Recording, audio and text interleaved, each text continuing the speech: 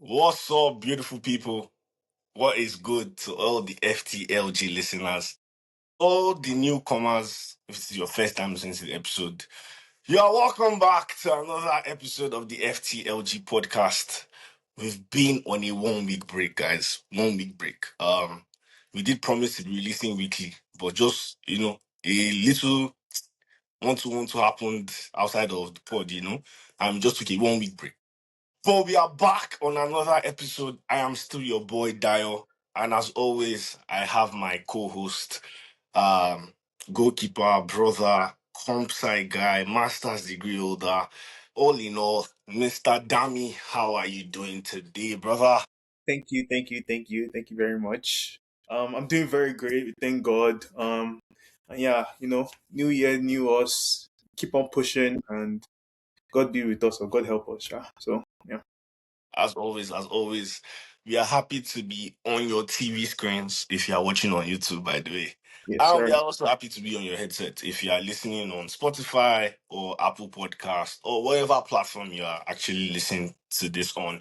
We are happy to be back. We're happy to, be on another episode. We're happy to be recording. As always, we have had matches. We have had controversial, issues happen on the pitch, and by on the pitch, I mean the Afcon finals, which we'll actually just quickly touch on. But we've had like the Carabao Cup semi-finals, first leg. We've had Champions League. We had a blockbuster derby yesterday, Arsenal versus Manchester United in Premier League. We've had La Liga, La Liga matches also. We've had so many matches in Yeah. 1 week. Like a lot of football has been played in 1 week.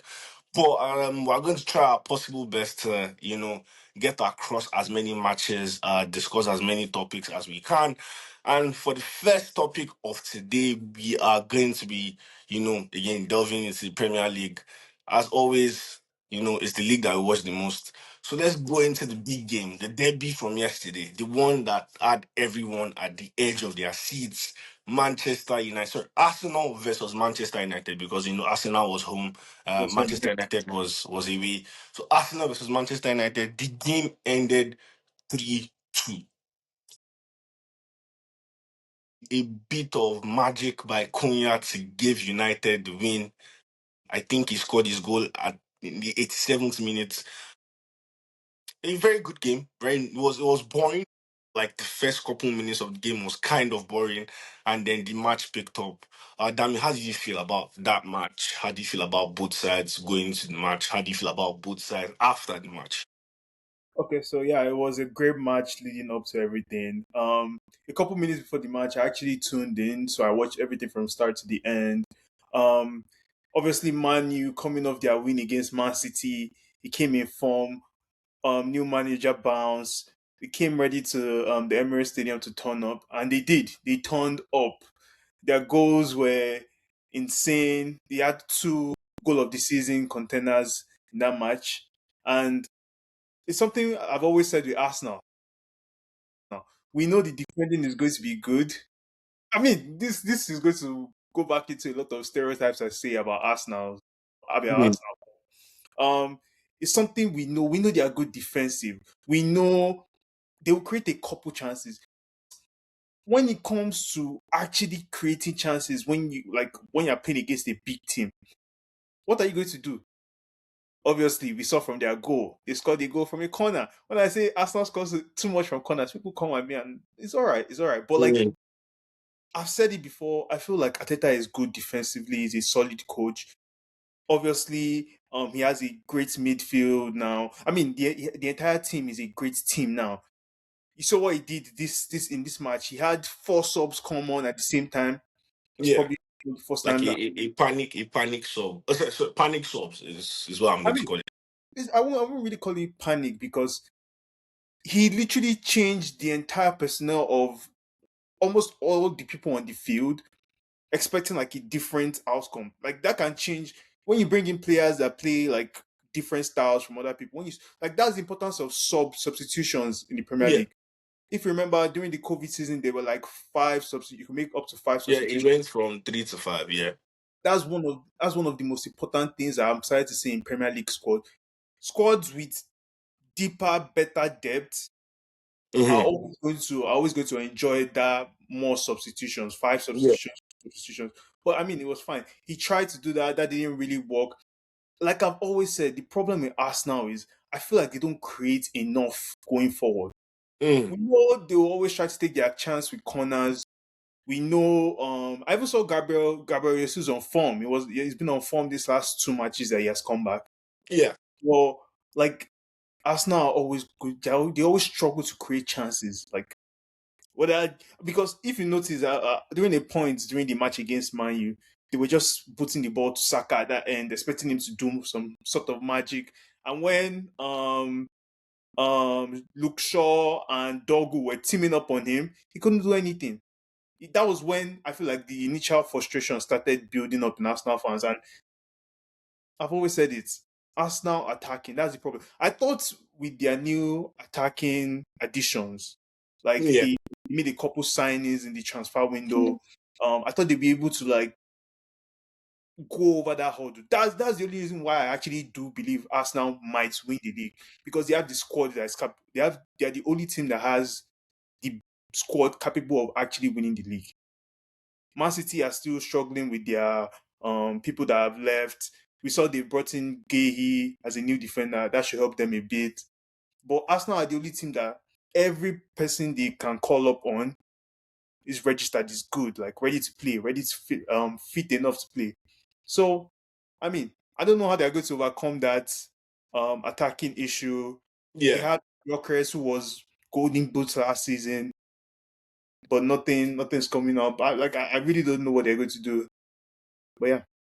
And then okay, this brings me to the question because before I even want to give my side of match yesterday and how I see Arsenal.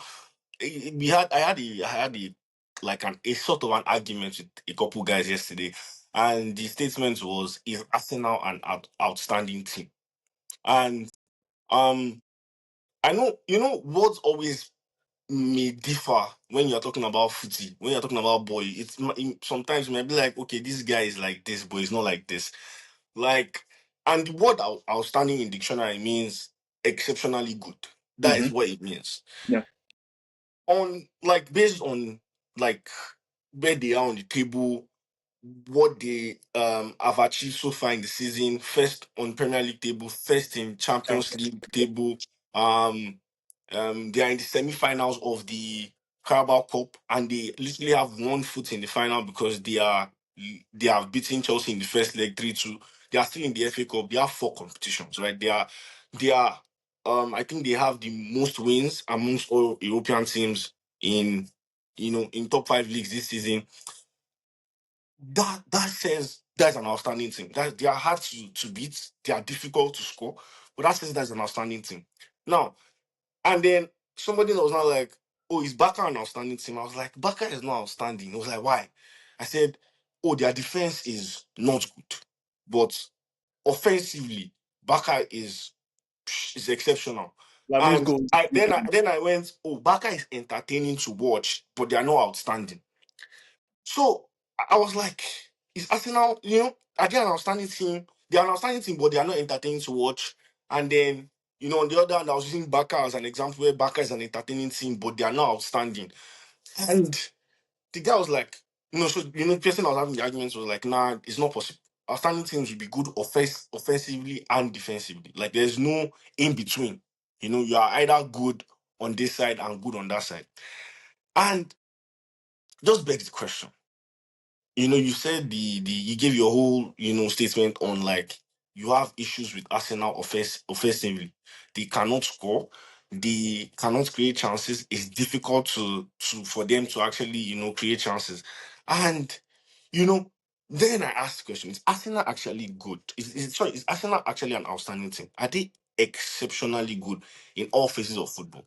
Because yesterday we saw, and a couple games we've seen where these people are actually not able to create chances. They are unable to, you know, find situations to excel offensively. Like Saka is struggling, zero goal involvement in 24 games, or what was it, 11 games. Trossard is 1 goal involvement in 11 games. Madueke, I mean, he had his Chelsea stint, but is 0 goal involvement since January 2025 That's a full year. against it was against Manchester City. I don't know if you remember the goal he scored against Manchester City.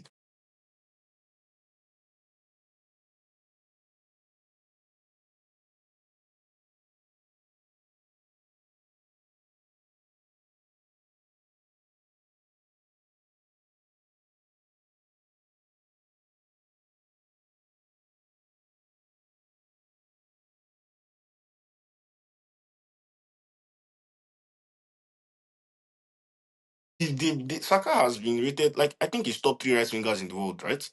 Obviously I can see I don't really like their left wingers, but Gabriel Jesus is there. Gyökeres is a proven world striker. Havertz. So Nobody talks about Kai Havertz. Havertz is injured right now. He's not even playing. But it begs the question: one, is Arsenal an outstanding team? Are they actually outstanding? Like, can we look at it as just number statistics? They are just the team that have been difficult to beat. Nobody is like would go to them and find it easy. Like, can we look at that and just say they're an outstanding team, or do we have to look at it like you know intensively, like break it down, be like, okay, you guys are not good offensively, but you are good defensively, but a, a game of football, you need both sides to be solid, both parts to actually work hand in hand. Are they outstanding? That's the first question. I would say Arsenal are standing in a couple facts. They are standing in a couple sections. Number one, they have in terms of physicality, in terms of height, their team is definitely outstanding in the Premier League. I'm pretty sure Arsenal have the tallest or maybe one of the tallest squads in the Premier League Yeah, right now.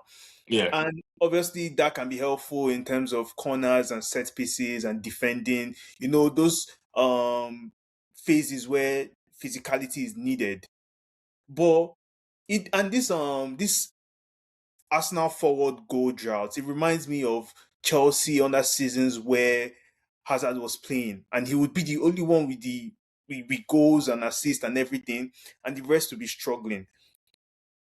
On You can look at it on the surface and say, okay, maybe they're not creating enough chances, maybe personnel, maybe structure of the team. You can look at it yeah. from a couple ways. But for me, I've always thought that the inclusion of one more superstar that is just going to turn up. It's just going to turn up, so that the brunt is not always on Saka to produce and shoot and score goals. Like I don't like teams where it's just one person. Like one person is the person you put everything on their head. Like Hazard, you tell him, But that okay, means we need you to go out there, go score, go we're assist. being nah, like Yeah, bro. But don't you think you're being like you are letting guys like Odegaard I easy mean, just run away with this oh they are not Saka, they are not superstars. Berechi Eze is good enough to. He's played in Premier League for Crystal Palace. He is good enough to lead Arsenal's attack, like in the sense of an attacking midfielder, a 10, creating chances. Odegaard, captain. Bro, at some point, was he not KDB, Bruno, Odegaard that we were racing? He's good enough to give us numbers. Like, superstar, I understand. But I'm not saying don't take the weight off Saka, but these players are good enough to take the weight off Saka. no, You get yeah, my point? that's definitely another thing I was going to come to. Obviously, when you see the names, obviously the attacking names are decent Premier League, decent to let's say world class or even legendary Premier League level. They are squad right now. Like I said, Gyökeres last season had one of the most number of goals in Europe in general. Yeah, They brought in Eberechi Eze, somebody with Premier League experience. Look at his first couple of matches. He turned up. He turned up. exactly. You can also that all those talk can lead to the conclusion that maybe the structure is not fit for them, or maybe they need to change something with their structure, and that's fine because managers will always tweak as the games come, as the opponents come, and so on and so forth. Yeah. But for me, my problem is Arsenal when they are defending, they defend compact, they defend nice, everything is smooth, everything is fine. but they're not as transitional as a Chelsea or as a like prime Liverpool. Do you get what I mean? Mm, Like, yeah, I understand. Like in terms of counter pressing, counter yes, attack, just create chances from that. like we know they're going to defend good. We know they're going to be great. Man, you were definitely trying to play on the ball, trying to have more time, trying to, control the ball in some phases. If I was the person playing against that Man U team, I'd go on the counter, straight up. Keep somebody that can hold the ball on the counter. I mean, this start. No, Jokers did not even start. It was Yeah, Gabriel. they started Jesus. You want people that can go on the counter and attack Man U too, so that when they come for you, you can either go long or make a couple passes and find your way to the counter. But Arsenal, the way Arsenal play is very possession oriented, as we all know.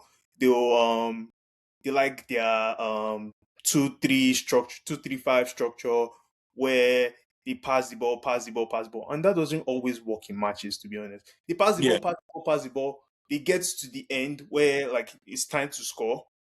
Something happens and then they get a corner. And then we all know Arsenal love corners too. So like I feel like they tend to want corners. The way they play, because like they take their time on the ball. People like hmm Odegaard, like Saka, they yeah, can get more set pieces, more corners, and so on yeah, and so forth. And that does go into the stereotype of okay, they do too much corners or okay, they score from set pieces a lot. But yeah, it's just a bit too slow. Like it needs to be more transitional, more direct, like straight to the point. Man, you don't have a like a world class. I wouldn't say Man U defenders are world class in any yeah. sense. I They have like understand what you're saying. decent defenders. Go at Yeah, them, attack them. Think about Chelsea's match in against Man U, where we came from back from 3-2 to 4-3. Go at them at any point in time. You have to yeah, go attack them too. And you have to be fast and direct so that people cannot come back to come and defend. yeah. I know we are putting all this. Oh, there's no other, superstar. Saka is taking all the weight. He's their star player, star boy. But I can't let the likes of Yoikores, I can't let the likes of Ebirichizi, I can't let the likes of Odegaard get away with this, with this nonsense. They can't get away. They can't get scot free with this. Like it's ridiculous, man. There's no patterns of play. There's no, there's no, you Yeah. know, their chance creation is limited, and this is your captain. Your captain is playing, and he's hiding from the ball. They But are you think I'm saying is hiding from the ball. Like, bro, I saw an Arsenal fan actually put out a tweet saying we need to hire an attacking coach. And I'm like, you are set piece coach. I'm not sure you have defensive coach. What do you mean you want like what do you mean attacking coach? This so is in games like this, Odegaard should be like as much as we can say Bruno will do something silly there, he whines there. Bruno was trying to create chances yesterday. He wasn't hiding. He was not hiding from the ball because that, like, he understands the type of match they are playing. He knows that he has to get on the ball more for his team to succeed, for his team to excel. He knows he needs to get on the ball more. Like, it's a different thing if he's now being marked, if he's not seeing that space, if it's a 2v1 situation. I understand. But like I didn't even realize Odegaard was on the pitch until they subbed him off. yeah, no, with Arsenal, there are patterns of play for sure. The problem is, I feel like a couple of their squad members have a couple of weaknesses. Throughout yesterday, I was looking at Declan Rice. Declan Rice barely made a forward pass like in open play. He would always take the ball on his right and pass to the side. We always know Odegaard. Odegaard is always going to try to put it on his left. And And then if he go and find Saka, he will wiggle, he doesn't do anything yeah, daring. He's exactly. not trying to like, there's this, those eye in the middle passes. Like, bro, what? This is what happens, and then people say this team is not good offensively, or this team is not an outstanding team. Because I was trying to like defend this team. I'm like, bro, you're not telling me that a team that's first on table, that's first in Champions League, that is in this competition, in that competition, I've considered this amount of goals this season. You know, a lot of things. You're not going to tell me they're not outstanding. But if you actually look at it deeply, I cannot actually defend them in their attacking phase. I Yeah, can't defend them for the attacking output. I can't defend them offensively because there's nothing to show. The list of all the attackers, and you just be seeing zero goal involvements in 10 games, zero goal involvement in 24 games. I think they say Saka has 4 non-penalty goals in something games. I'm like, bro, like the numbers don't make sense. You get what I'm saying? For you to be in this position. And then when you start looking at how are you how are you getting your goals? Oh, set piece. Oh, set piece. I'm not saying there's no 1-2, 1-2 there. Obviously, there's a goal there, there's this there, but a set piece. A set piece. Gabriel, who scored on against against Inter. Inter Milan. Yeah, I think the second goal, set piece. And Inter Milan, in my own opinion, they played better. I literally had to go and like ask, like, how good are they playing in Serie A? Like Inter that's didn't deserve that 3-1 loss. yeah, you get what I'm saying. You get what I'm saying. Like Inter Milan played better. Inter was attacking. Inter was trying to create chances. My so-called Arsenal, I'm seeing like it dies at like Saka will do that bit of play, boom, bam, bam, corner. Like, it's not. Do you get what I'm saying? It's not sustainable. Yeah, and It's not sustainable. this is what I've always been saying about Arsenal and their title winning odds. Like for me, I feel like they don't create. I've always said it. I feel like they don't create enough. And when you're not scoring your own goals from corners, I feel like the football gods won't let you do it. They won't let you do it. Like you can't scam your way to winning the league. I always Yeah, said before. You look at City. City in a season will score 100 goals in a season. yeah, yeah. 100 goals standard. Liverpool 90 something goals. Like you can't go. You can't. And I mean, I'm the same person as always said to win the league. You need to have a strong defense. You have to have the best defense, Yeah. and they do.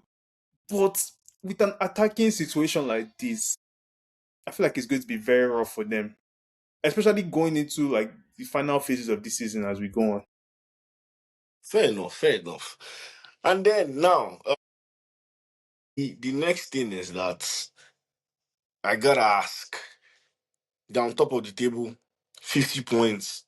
Definitely, we can still say for sure the league is open because at some point I think it was 7 points and then it was four. Like it's been all over the place in terms of like how far the first position is and second position is.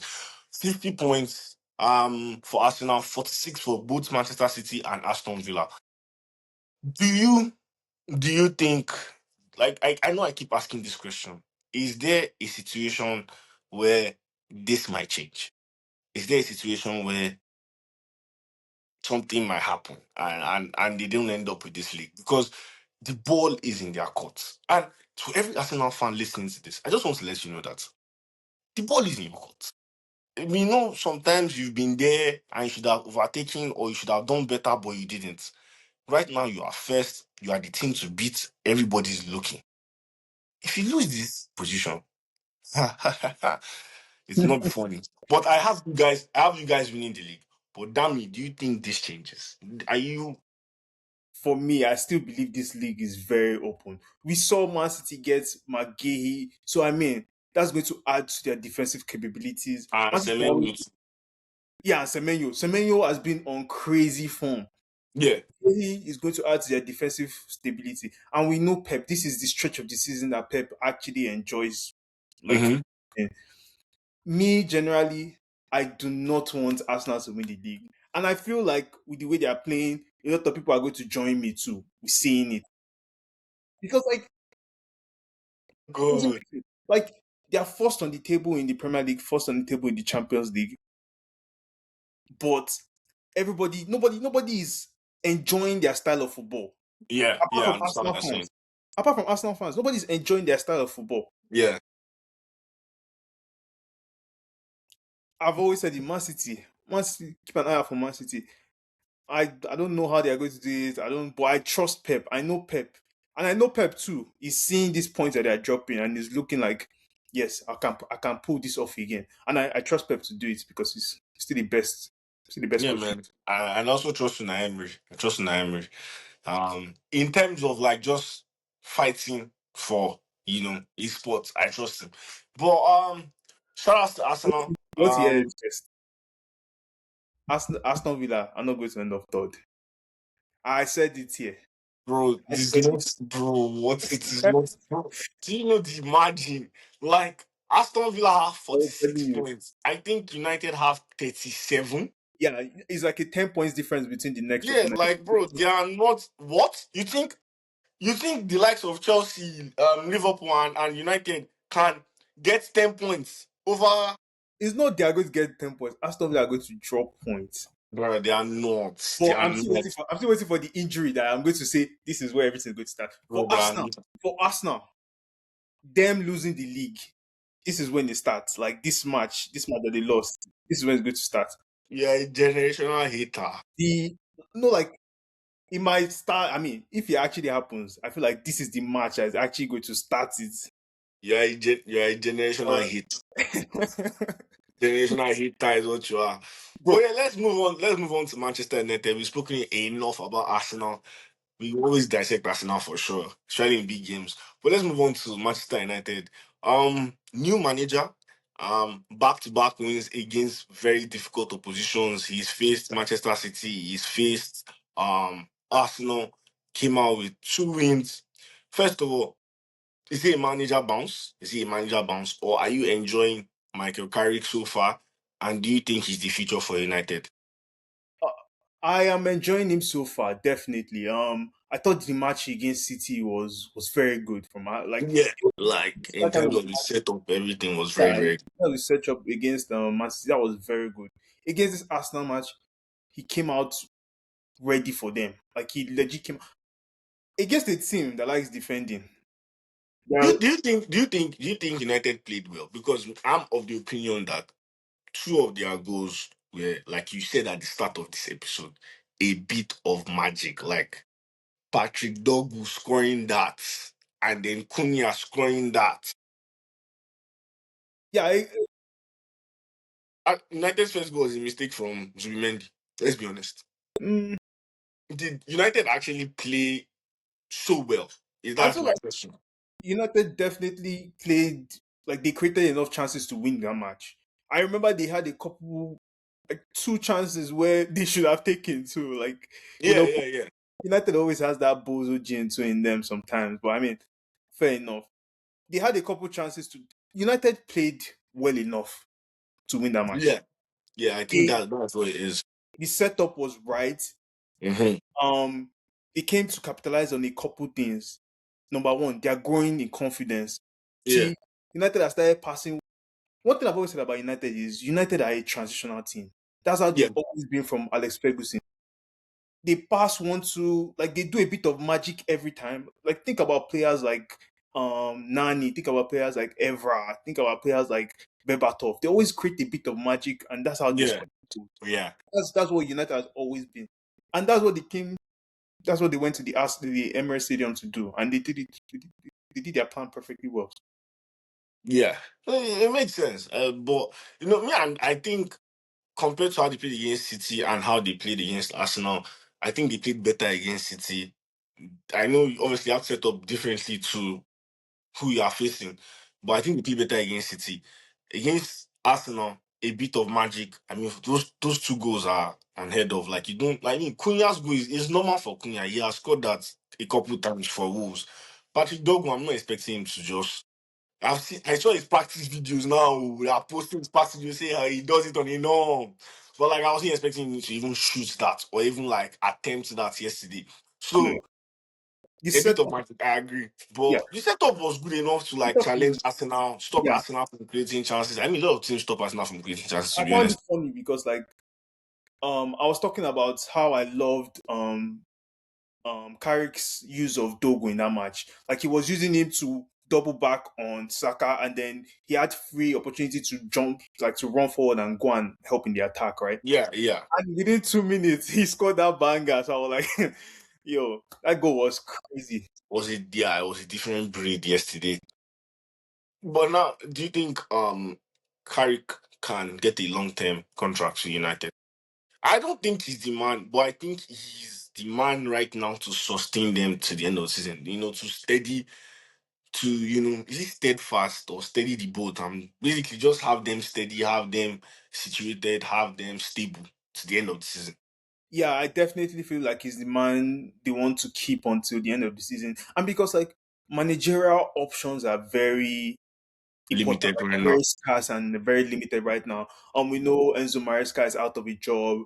We know we're hearing details of him going to City. We're hearing stuff about Pep leaving. Managerial, like actually great managerial options are not really in the market right now. Yeah. Everybody that is great managerially, Flick, Nagelsmann, Tuchel, all of them, they have a job. The only person everybody's always looking at is Zidane. And for me, I feel like Zidane is going straight for the France coach position after Didier Deschamps retires by the end of this World Cup. But Luis Enrique is also leaving PSG. He's going to be in the yeah, market. we had Luis Enrique leaving, but I don't feel like Luis Enrique is a fit for Man U. For Man U, they want a coach that's going to keep on with that counter attacking mindset that they have. That I do think he knows how to coach offensive players. Like he knows how to coach attackers well. Wait, Luis Well. Enrique? Yeah. I think he knows how to. And like Man United have a bunch of good attackers right now. Umboemo, Amadialo, Cunha, Sesko, Xerxes, Bruno Fernandes. They can do something with that group of players, man. No, I feel like for Luis Enrique is a more structured manager. Shape is very important. Staying in your shape, all those kind of things are very important for Luis Enrique. That's not the kind of coach you want for Man United. You want somebody that's very fluid, like very dynamic. Ancelotti, Zidane, those are the kind of people that, and that's why I said for Real Madrid in our previous episode, it's not a lot of people that can coach Real Madrid. Like they need somebody Yeah, that understands that they create a bit of magic by themselves, yeah. not by using structures or all those tactical principles. But yeah, Yeah, I agree. I mean, one step at a time for Manchester United. Ruben Amorim, he was trying to use Fine Boy to wind these fans.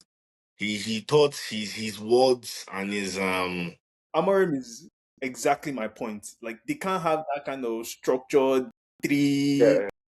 They need to be very fluid and dynamic. Yeah, I hear you. So let's see. I think Michael Carrick is good enough for them to finish the season. I think they'll give him a long term contract. That's up to United's management. I'm not Ratcliffe or how do they pronounce his name? Big ups to United. Kudos to them. They Back to need back that week. wins. Yeah. Yeah, and you see them again over the weekend as they are no longer in any competition. So let's see how it goes for their next match. Now moving on to the rest of the matches in Premier League.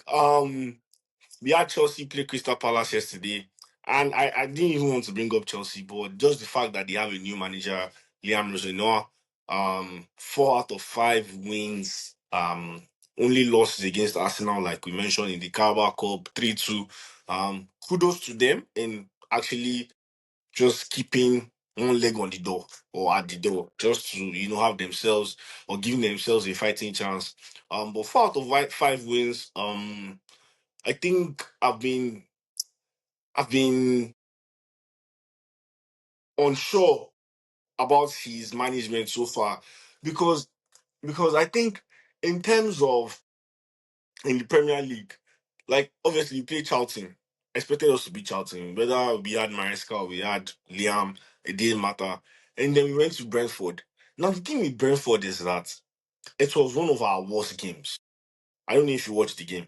Play Brentford 1-2-0. It was one of our worst games. And we won the game. But that's how football is. We struggled a lot defensively. Like it was just ridiculous how that game. Brentford should have dismantled us. Against Arsenal, I think we played a lot better. Still kind of shaky. But again, it's Arsenal. Arsenal has even and we created chances surprisingly because Arsenal was quite open, in that match. We played in Champions League against Pafos. I don't even know where they play. I don't know what position they are, but obviously I expect us to beat them. But I wasn't happy with the setup. Like in terms of where he had players, what he had them doing. I actually was not happy. And then we played Crystal Palace yesterday, and I could say for the first time I was happy with how we set up the team, especially with the instructions he gave Andre Santos when we're not in with possession. That dropping back to create a back five and then leaving Enzo and Caicedo in a pivot. So it's not as if you don't have protection, but you do have that type of thing. Like the role he gave Estaval in changing Jao Pedro from like that 10, bringing him to a 9. I've seen some tweaks, and I know. I mean, they like obviously time. Let's see. Time will tell how he wants his team to look like. But have you been impressed so far? Because I am on the fence. I've not been that impressed, but he put me. He actually put me in yesterday. Yesterday I was like, okay, and he's been doing well defensively and giving players a chance, like you have asked. From Yeah, Maresca. yeah, Hato is playing now. yeah. Got his first goal for Chelsea against Chelsea. What a finish, by the way. You guys should go and check that goal out. But what do you think about Liam? I think Liam Rosenau is doing good. I mean, he started off good. Couple of runs of matches, but I mean, like you said, these matches that we should have won. My the difference between Enzo and Liam is that Liam is more fluid with what he wants to do on the pitch. Players can do, they don't have to feel so confined to that tactical principle that Enzo Maresca had of like, okay, three back, a diamond midfield, stuff like Yeah. that. And I will say about Liam too, he hasn't had the best player on the team in terms of Cole Palmer really fit. So I mean, a couple of good matches, a couple of good results. We'll see Yeah. as the season continues to go along. Um, I love Maresca because Maresca was able. One of the things I think Maresca was able to do best was that he knew when to make us defend. He knew Mm-hmm. when to make us press well, Mm. and he gave us situations where we could like. He made the situations so that like we could always utilize our strength, which is transitional football, going straight to attack. Rosenau is going to be very fluid. I feel like he's going to make a couple of mistakes. Like players are going to make a couple of mistakes, especially Yeah. now at this stage where everybody is still learning what the manager wants and what is Yeah. going Yeah. on, everything. Yeah. I feel like the next couple of matches, and we have seen in these previous matches a couple of mistakes from Chelsea players against Brentford. Like you said, there were a lot of chances where Brentford could have fought us. Even Crystal Palace, to be honest, I felt like there were one or two chances. I think aside that Mateta's first Yeah, chance, but yeah, that was but actually a mistake, exactly. and Fortunato. But I didn't think Crystal Palace had anything in that game.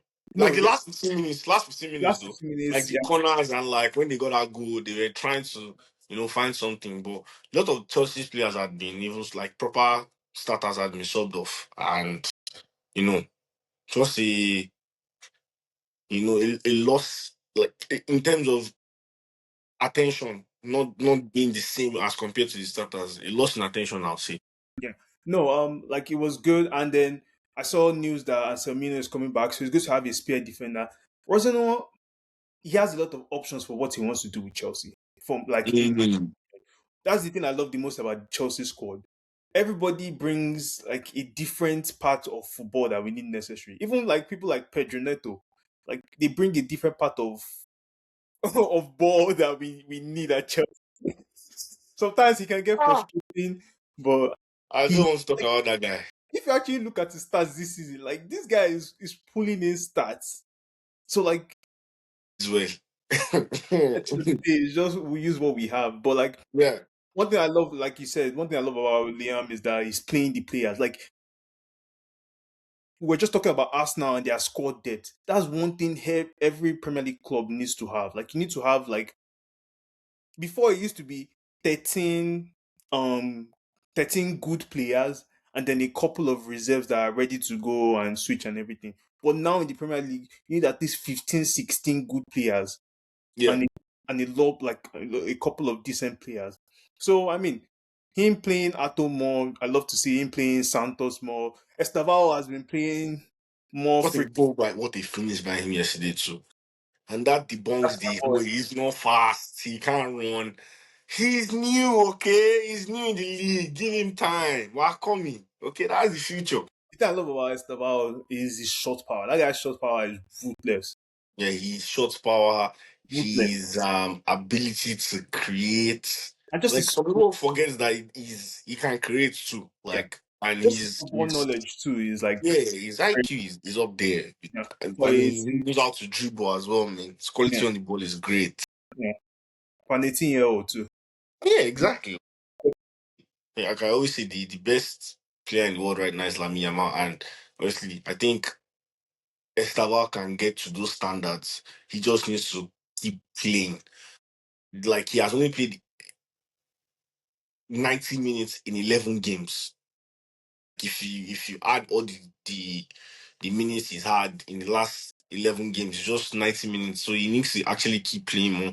Obviously, like his illnesses have like stopped him from playing.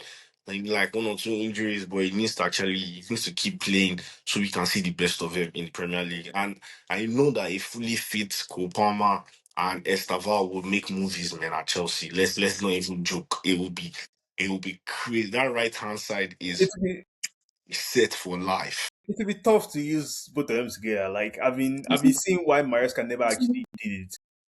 Like No, he's a I think with Maresca not using them, it was more an Enzo Fernandez. You can't play yes, Palm yes. Fernandez and Caicedo Yes. midfield because it's kind of imbalanced in that sense. Can you? It depends on which game you want You to can start them. use two out of the three. You can't use all three of them Yeah, at this. it depends on which game you want to start them. Let's be honest. But shout out to Liam. Let's see what he has in store for us. He's going to get like difficult matches now. The run of fixtures that Chelsea have in like next couple of weeks is, he's going to test his strengths, going to test his ability to manage, to set up. So let's see what he has in store for Chelsea. Shout out to him, 4 games in five. Well done. Let's just quickly touch base on City and Villa. Pep, they say Pep is like a baby. He whines and he gets more things. Now he has gotten Magay, he has gotten Anthony Semenyo. I don't know if they're going to buy anybody else in this transfer window. And like, let's not even forget, before the season ended last season, 2024-2025 season, Pep got Omar Mamouche, Kushinov. He got Nico Gonzalez. Yeah, yeah, he got a couple like one, two, three. In the summer, he got Ryan Sherky, he got Eight Nuri, he got Tijani Rangers, Abi Rangers, he got who is on that? Did he not get one more? Did he not get a right back? It's been Aitnori and No, Nunes. sorry, he got Sugo. I mean Ederson left, but he got Donnarumma and what is the young boy's name? Trafford. Trafford was a Trafford. was a Man City boy, but I mean they bought him back. They So bought him back. Let's not act like he wasn't bought back. yeah. And everybody comes, oh, Chelsea spend money, but City are the real spender. But okay, let me not do that. But yeah, Pep wines, he gets more players. I understand, obviously, getting a defender with the injuries that he has ramped up, with the quality of that defense right now.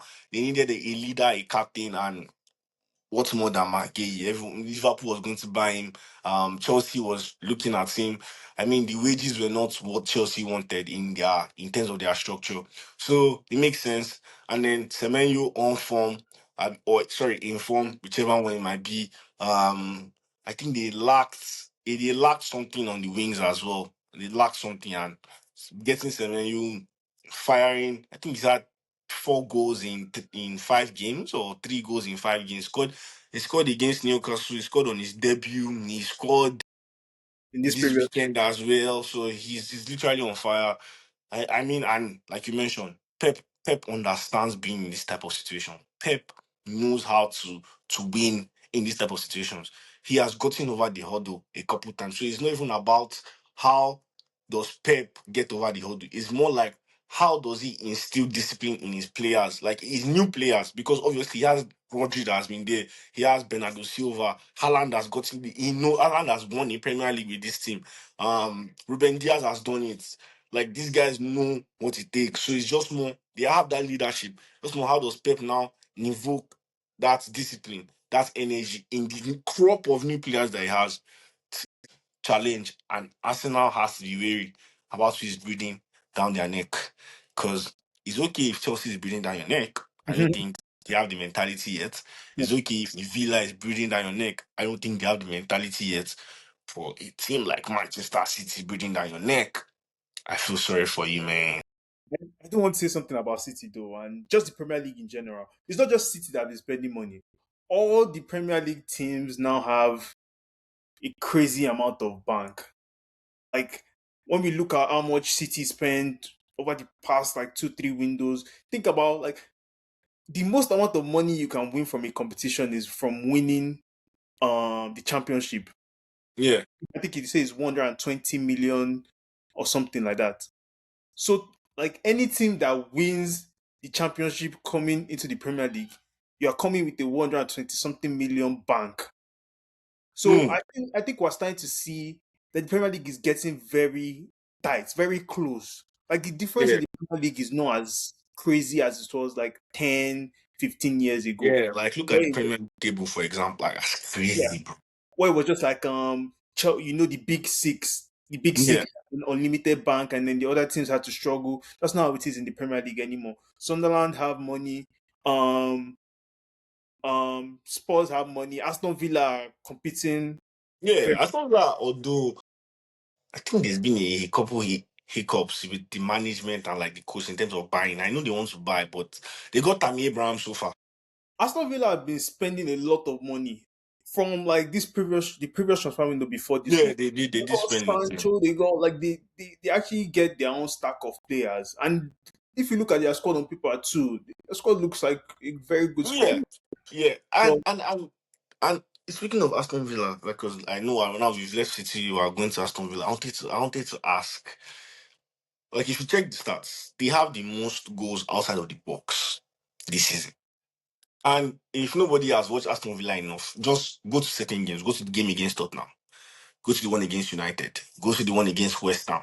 Go to the one even against Newcastle yesterday.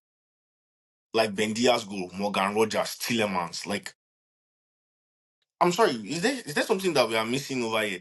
Because I don't think it's a good way to get goals. I know you want a bit of magic, but a bit of magic one too many times is not better than certainty in terms of creating chances, having Oli Watkins firing.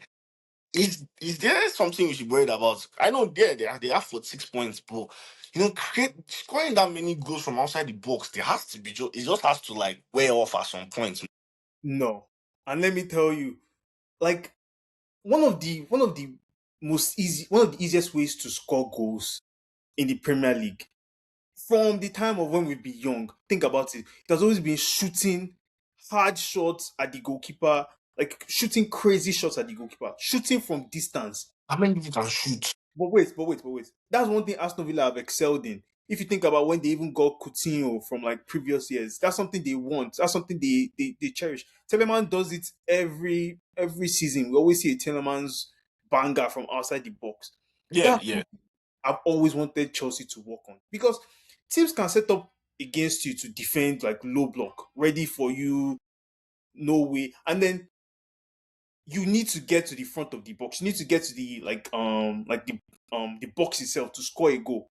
But you don't always have to get to the box to score a goal. Like that outside of the box, that like Yeah. danger zone. If you have somebody that knows how to take shots, I mean, one thing I love about Southampton those previous years, Ward Prowse. You know there's something certain about giving Ward Prowse a free kick. You know what he's going to do. Mhm. You need players like that, players that can shoot long balls out of the box. It's something we used to have in the Premier League for so long, and I don't know where it went to. You need Yeah, to be able Pep came to the Premier League. If you are wondering what happened to to it, Pep Guardiola came to the Premier League. That's yeah, what happened. players that can shoot from outside of the box and score bangers. Yeah. Those are the most underrated players in the Premier League right now. Yeah, I feel you, but like Shot. getting that many goals from that many, like from just that bit of play, is that sustainable in the long run? What if your shots are drying up? No. See, it is. Mm. They have Morgan Rogers. They have Buendia. They have Tillemans. Um, Yeah, Nana also can fire yeah, something from even us. Onana, on a good day, he can. They will keep on doing it. It's like it's. if you can do it, why would you stop? Like you're like Arsenal, if you can score goals from the corners, why would you stop? They'll keep putting themselves in situations where they can What capture a the what situation. a shade. What a shade. I What mean, a good shade. I'm not shading them because Chelsea too also have a lot of goals from set pieces. Yeah, Chelsea. When you have to copy who is doing this now, and you can't blame Chelsea. Yeah, Everybody, like, bro, are you seeing Brentford? God forbid Brentford should have a throwing. That kind of guy, he will just launch it. Who again? Premier League no, teams. Bournemouth does it too on a Bournemouth, regular. Bournemouth too. Throwing. Semenyo was throwing the ball, bro. And Semenyo that's was throwing why the ball. that brings me to my theory of the Premier League this season. We're witnessing a very poor season of Premier League football. It's Arsenal that caused this. I'm A of the opinion very that it's Arsenal that caused this. like we're seeing teams going back to basic things of throwing the ball long, and like physicality is becoming a very important Yeah, thing. obviously. Premier League will have like teams will have their seasons, and I guess it's back. Before we used to growing up, they would give us boot cuts and baggy pants, and be like, nah, it's too big. And boys started rocking like jeans or carrot pants, Yeah, skinny jeans, yeah. and then now everyone is wearing flare. They call it flare jeans now, but wearing baggy. Like if it's not baggy, you are not, you don't fuck with it. You are not wearing that. So fair enough, fair. You get my point. Like baggy Trends is are in back. season. So like this trend of like corners, throwings, it's back. It's back. I mean, Arsenal's way is is dark hearts, dark arts, but it is what it is. I'll say, you know what I'm saying. It is what it is. I think that is mostly it for the Premier League. Um, now Champions League is on Wednesday. A lot of match. Like, I think sorry, it's not even little match. The last Set of bit of matches. matches for like deciding the table who moves on. I also think playoff rounds is being played on Wednesday. There's so many, like all the teams are playing. So first of all, before I even make predictions, guys, there's this thing. It says now who zoom go boom in the time of doom. Yeah. So what I'm trying to, I don't condone betting. But if you want to bet, okay, if you want to print a bet slip, this is your best time. Okay? Remember, now who zoom go boom in the time of doom. Now the economy is crashing. This is an opportunity for you to be zooming because you might boom. Yeah, Okay? So I don't condone betting, but if you want to bet, this is on your best times. the You best can time. pick over 1.5 in all the games. You can pick 0-0 draw, anything you feel like. Both teams to score, and both teams to draw, anything. This is your best time. So, go there, bet 365, spot anybody that might be available in your region. Okay? Yeah, Go there and have a little fun. Um, Premier Champions League matches, Chelsea versus Napoli, big match. Arsenal is clear, Liverpool is clear. I think Barca also have a big match. It's not big in terms of like he's playing, but like in terms of them like qualifying or going to the playoffs, like, because Barca is not even in top eight, I yeah. think. They're not in top eight.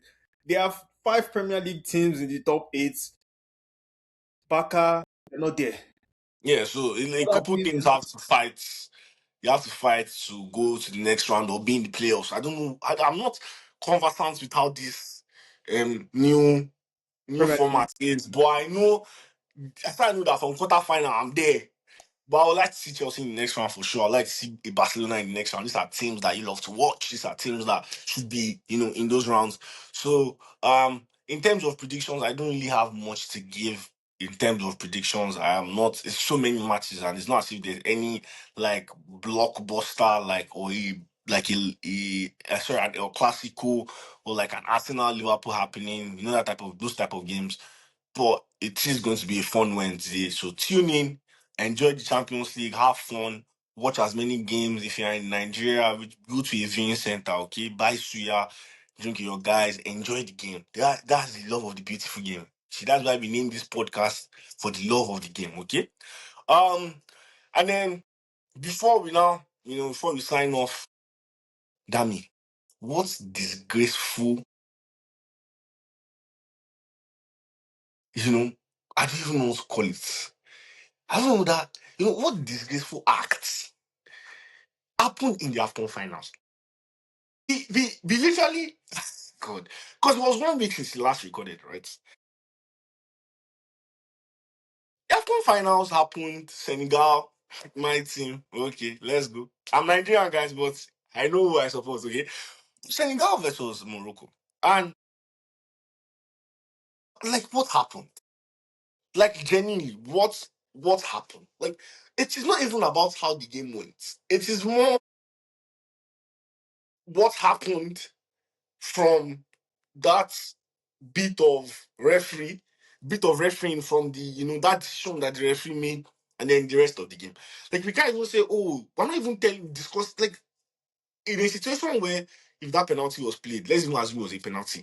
Brian Diaz missed that penalty, and then like they were meant to have won that, and then Senegal. That's a crazy story. But the story is more on Senegal leaving the pitch. You know, um, Sadio Mane calling his players back. Um, Morocco Morocco like ball boys and this fighting for a towel. Like, bro, what was going like these are the things that stop Africa from being on the map. Like, everyone should be tuning into Afcon. And when everyone tunes into Afcon, they should not be seeing that in a final. What happened? What kind of disgraceful act was that? This 2026, 2025, 2026 AFCON is always going to be mad with controversies of Morocco and officials and refereeing officials. Agreed. From when they got to the later rounds, every time it was looking like a decision was always going in their favor, even when it shouldn't. It was looking like the referees were seeing something else that all of us that were on TV were not seeing. I said it against the Congo match. I said it. I said that was one of my concerns going into the Nigerian match with them, if you remember very well. Yeah. And the Nigerian match played out, and it wasn't. We didn't really have too many controversy with them, to be Yeah, honest. no decisions were controversial in that sense, to be honest. The referee was it was looking like it was going for both teams at certain points, but it wasn't really too controversial. But there were certain things that, hear me out. There are certain things that referee did that would destroy the momentum and psyche of Nigerian players. Like, Yeah. think about it here. Think about it. If you foul and the ref blows, like it's sort like you don't think that should have been a foul.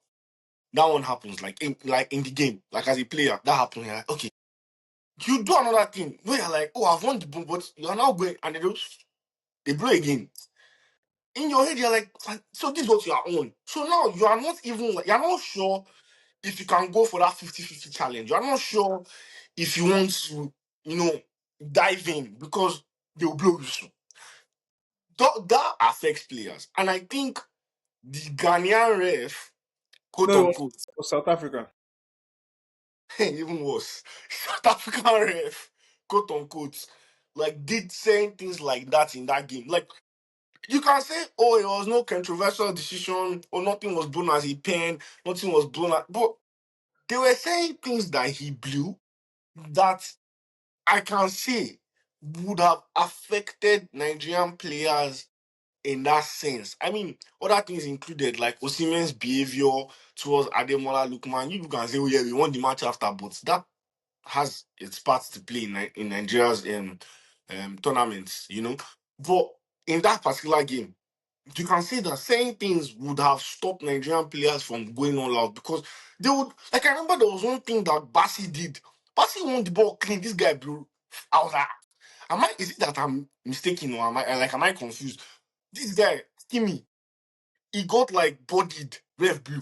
I said, what is happening over here? Do you get what I'm saying? Like, these decisions are funny. No, yeah. It's just like I said at the start. Some decisions he made, it was looking like he was supporting one team. It was looking like he was supporting Morocco at a certain time. Shades. Like I thought there were a couple chances, what's his name got? The other guy that plays with Akko Adams. There were some Yeah, times yeah, yeah. I've gotten like they were being too physical on him. There were some times, but to me, I don't really attribute that loss to that ref, to be honest, because Yes, you're officiating. Nigerians, we were not creating enough. They were pressing us hard. We were sending the ball long. We're not winning our second balls. Yeah, We create a lot of chances, and it was fine because we still even took it to extra time. But like I told when I you remember I sent you that text, I knew once I saw Chukwueze come on that he was going to miss that penalty because that boy is not guys, serious. guys, that makes sense. That makes sent a message. You're like, I bet Chikwueze will miss this. I knew, And then Chukwueze missed it right there and then. He said, "Look at this guy. bro. I knew that guy. He's not a serious player. He's not, bro. What type of pen was that?" I put that fault on the coach. How will you put people like Chukwueze on the penalty? Look, I don't think I'm very sure it's not something that they practiced. Because looking at that, it's like, nah, they didn't practice that. yeah, like Honestly speaking.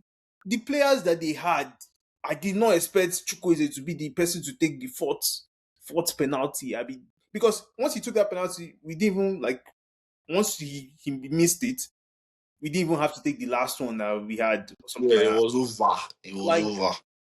I don't know what he did with his penalty decisions. He subbed Osimhen off quite late. So he should have subbed another thing I wanted to say. That man should have subbed Akko Adams since like the 50 something minute. He Yeah, should Akko have played bad in that game. That he was played one of Akko's horribly worst in games. that. He was the stinker in that entire game to I mean, me. that was one of his worst games. Terrible game he had. But look, we also have to look at the positives. Look at Calvin Bassey's performance. Look at Ademola Zuka's performance throughout the entire tournament. We even got to see a couple new guys that I'd never seen before. Yeah, yeah, yeah. In the and also in the third place match. Yeah, It was yeah. good. It was good. So yeah. But going into that final, obviously the talk had been on Morocco and they're cheating. Morocco's ball boys throwing our goalkeeper's towel so that I couldn't Yeah, hand stuff like that. And obviously Senegal players are going to be reading all this stuff. So I feel like they came with that in their hearts. Like, oh, if these people are going to cheat us, we're going to walk out of the pitch. Like, yeah. Like and me personally, yeah. Some I understand from once you are a footballer, these type of things they will come. I understand from that sense where it was disgraceful to leave the pitch. He didn't show sportsmanship. And let's be honest, we've had like bad decisions given against us. All of us have played ball here. We've seen refs do the dumbest things, like, and sometimes you just have to think about like the type of pressure that they are feeling. You know what I'm saying? And I understand where they are coming from again because of the goal he disallowed just right there and then, where Senegal scored, and it was like a push on. They said it was he pushed Hakimi. And in my head, I'm like, bro, Hakimi is not even going for the ball. Like it's different. Like Hakimi is pushing this guy. The guy has showed that he's stronger. Somehow you've done a foul. No problem. Same type of situation. To be honest, yeah, to be honest, you can see how it's a foul. He has dragged him down. You can see why it's a foul. So like, but it was just unfair. It was unjust, if you can, for better lack of words. And they felt like, okay, since you can do that and you're doing this, we're out. Take your like you can say. But shout out to Sadio Mane. Shout out to him in terms of like standing for the game and bringing back everybody on the pitch. Because even their coach was like, get out. Like, everybody should go get out of the pitch. Let's go inside. You know what I'm saying? For the coach to even decide that, man, he was not even having that. You know what I'm saying? But Sadio Mane was like, okay, I will do this. Like, no matter the outcome, if we lose, we lose. Was Prime Diaz. Wow. yeah, like for me, Prime Diaz actually did that. Morocco has no excuse because obviously, the Senegal had the opportunity to score. They were still complaining, and then Morocco go there, and then you award them a penalty in the 80 something minute of the match. Like, oh, I 90 definitely, something. yeah, 90 something, 80 bro. something, 90 something. Yeah, I definitely feel like the match has been stolen, but they gave you your penalty, bro. They still gave you your penalty, and then you want to go and Paneka it against There was this. there's this controversial, like, this is stuff fine online, like, oh, he missed it on purpose. I'm like, nah, guys, there's no, this is not a topic to discuss, man. This is the final of the Afcon. He gets the ball. He was even crying after he missed. What do you mean, you guys? He didn't choose that, like, I know he didn't choose, obviously, he didn't choose the conviction, but like, he wasn't planning to miss that. Do you know what I'm saying? He wasn't like, oh, I'm going to miss that. Yeah, no, he missed that fair and square. Like you can see Mendy even move to the side and then he still like caught it. Mendy is somebody Yeah, that like, bro, it's not, Mendy does not dive, bro. Mendy doesn't even try yeah, to dive in terms of penalties. How that's the are you point. playing that with the like? What were you thinking in the final minutes? When LOL. Mendy first came to Chelsea, people don't remember, but Mendy was very good. Very good. He was like Very good, best keeper but in he didn't know how to defend the penalty. You remember penalty. when he was sub Tuchel will have to sub him out Yeah. and bring what was Kepa. he? Isabel? Kepa. Wasn't Kepa? Was it Kepa? No, it was Kepa. It was Kepa. At some point, you had Caballero. You see Caballero, right? Yeah, no, Kepa finally left, but I mean, it was definitely Kepa. I remember the Super Cup. It was definitely Kepa that Yeah, um like you have to because you can never trust Mendy on PKs. You know what I'm saying? Like Mendy does not dive. Mendy does not actually like. He really you get. It's not as if he wouldn't do it at some point. But like your first two, he's not even sure where the ball is going. That is one of his weaknesses, and he played it to the middle. I Wow. feel like Brian Diaz definitely watch that penalty against Aguero where Aguero did the same thing and Mendy saved it. Like it was definitely so. But I mean, how did you do that to you? Like I mean, if it worked while on this side because we know that the thing did not work. Imagine if the thing actually worked and the Pennec, it would have looked like a cool guy, chill under pressure. But that's the flip side now. When the Bro, thing did not I work, you know what you is look funny? like an idiot. Mbappe is such a troll.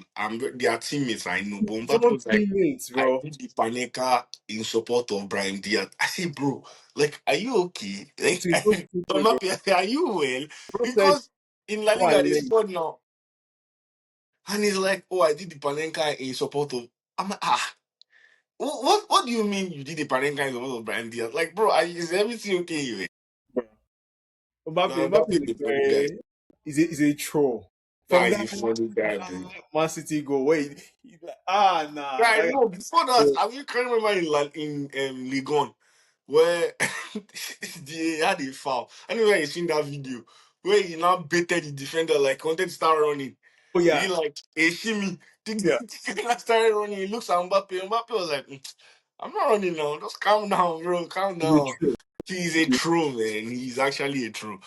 But, I mean, well done. Well done to Sadio Mane, like we said disappointing from at Senegal in terms of leading the pitch. Morocco, they should like it was disgraceful, like saying things that they did, like at the back of like in like outside of the game being played, like outside of the match happening taking a goalkeeper's tower. Every goalkeeper has a tower. I thought it wasn't a rule or something. And like they are chasing like look how they're doing to the other goalkeeper. Like that was disgraceful from them. And like FIFA needs to look into that. There are some things that were ridiculous. All this banning Senegal from this or doing that is not the outcome. Like And or Afcon banning them, like they need to look into things like that. one It's just bad. these are the things we even know. Think about things we don't know, like scheduling some certain teams, their hotels in certain places, do changing their training centers, something like that. I heard something like that they did it to Senegal. Like from the start, Morocco have been I think they very, really wanted to win it. They yeah. really wanted to win it I mean, and we it was understand. embarrassing in that sense. Yeah, we understand host country, you have your best selection of stars, expectations are high, but you don't it's not by referee decision that you're going to win AFCON. Yeah. AFCON has always been a thing of beautiful goals, a thing of physical intense physicality. Like you can't come and want to steal it away from us. Yeah, that's true. That's true. And I mean, at the end of the day, the best team Yeah. won. The best Shout thing out to Senegal. Shout out to Nicolas Jackson. Shout out to Sadio Mane and the rest. But I think that's about it for today's episode. Again, once again, I don't condone betting, but guys, Wednesday is literally 2 days from now. Okay, so Yeah. right in the content, go in there and I don't know what you might be winning. This is a message for you, okay? But yeah, that's about it for today's episode. It was a good episode. I can't lie. We were able to dissect, a lot and actually, dive into the best team in the world, Arsenal. Um, to This will be posted tomorrow for sure. So if you are listening, please let us know your thoughts in the comments. Let us know your thoughts on TikTok. Again, go and watch us on YouTube, Spotify. Obviously, if you are just someone that likes listening, Apple Podcast is also there for people that want to listen. There are also other platforms, right? There's other platforms to actually listen if you don't want to use, or if you are not using Spotify or Apple Podcast. So please subscribe, share with a friend, with a follower, also with a cousin, with your dad. Everybody should just do what feels right. Support the support the podcast. Dio, support Dami. Let's take FTLG to the moon. Anything before we leave, Dami? Same thing, same thing. We appreciate everyone that has been liking. We always feel the love on Instagram, and I feel like that's the platform where people, our friends, really get to see it. But we're on everything right now. We're on YouTube, on Facebook, on everything, everything. So, you know, help your boys out. Like, subscribe, share, send, comment. We always want to know people's opinions, especially like people that we talk about their teams during the Yeah, yeah.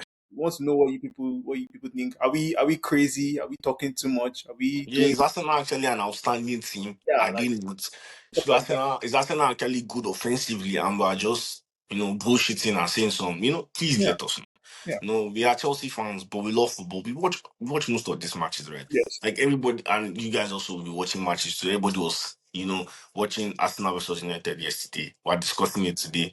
We've given our opinion. So please, let us know in the comments what you think. And then don't forget to like, forget to subscribe, like you said. Um, and have a blessed week, okay? Uh, W's in the fucking shot.